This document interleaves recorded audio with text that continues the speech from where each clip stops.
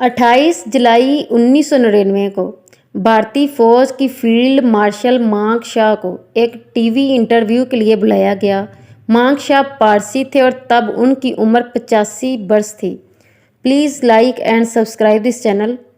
वो इस इंटरव्यू के 9 वर्ष बाद 94 साल की उम्र में फौत हो गए। 1971 की जंग में जब भारतीय अफवाज ने बांग्लादेश में पाकिस्तान को शिकस्त दी तो मांग शाह इस वक्त चीफ ऑफ आर्मी स्टाफ थे। वो इस जंग के 2 वर्ष बाद 1973 में सुबकदोश हुए। करण थापर ने एक ऐसा सवाल मांग शाह से कर दिया जिसके जवाब में इन करोड़ों लोगों को शर्मसार कर दिया जो इस वक्त टीवी पर इनका इंटरव्यू देख रहे थे। करण थापर ने पूछा कि फील्ड मार्शल साहब, आपको ये जंग जीतने का कितना क्रेडिट जाता है, क्योंकि पाकिस्तानी फौज ने वो बहादुरी नहीं दिखाई जिसकी इनसे तवक्को की जा रही थी। फील्ड मार्शल मांग शाह एक लम्हे में ऐसा पेशावर फौजी बन गए जो अपने दुश्मन की तारीफ करने में भूगा से काम नहीं लेते। मांग शाह ने कहा, यह बात गलत थी। पाकिस्तानी फौज बड़ी बहादुरी से ढाका में लड़ी, लेकिन इनके जीतने का कोई इम्कान नहीं था। वो अपने मरकज से हज़ारों मील दूर जंग लड़ रहे थे, जबकि मैंने अपनी सारी जंगी तैयारियां 8 से 9 मील के इलाके में करना थी। यक पाकिस्तानी फ़ौज के मुकाबले में मेरे पास 15 भारतीय फौजी थे, लिहाजा अपनी तमाम तर बहादुरी के बावजूद पाकिस्तानी फ़ौज ये जंग नहीं जीत सकती थी।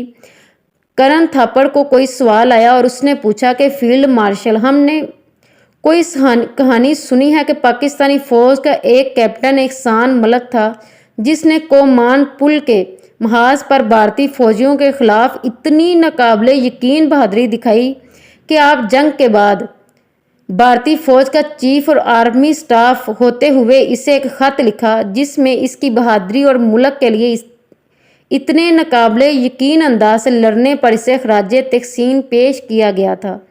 मांग शाह ने कहा कि ये बात बिल्कुल सच है। भारतीय अफवाज ढाका की तरफ पेश कदमी कर रही थी और ये पाकिस्तानी कैप्टन हमारी फ़ौज के आगे दीवार बनकर खड़ा हो गया।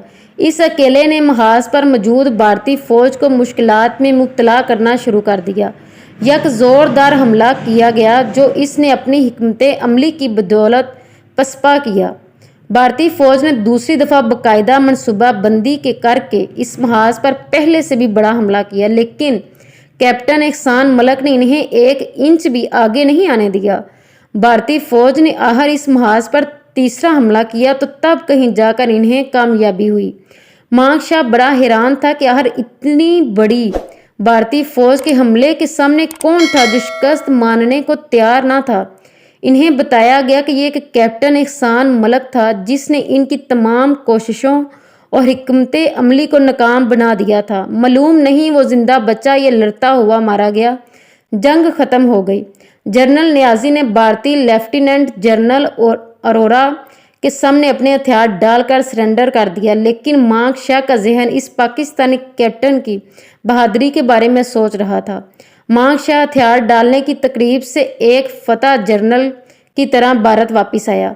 अपने दफ्तर जाकर इसने पहला काम किया वो ये था कि कागज़ कलम उठाकर कैप्टन एहसान मलिक के नाम एक ज़ाती ख़त लिखा और इसे अपने मुल्क के लिए इतनी बहादुरी और बेजिगरी से लड़ने पर खराजे तहसीन पेश किया गया, खुसूसन इन हालात में जब पाकिस्तानी फ़ौज के पास भारत के सामने लड़ने का कोई फ़ायदा नहीं था।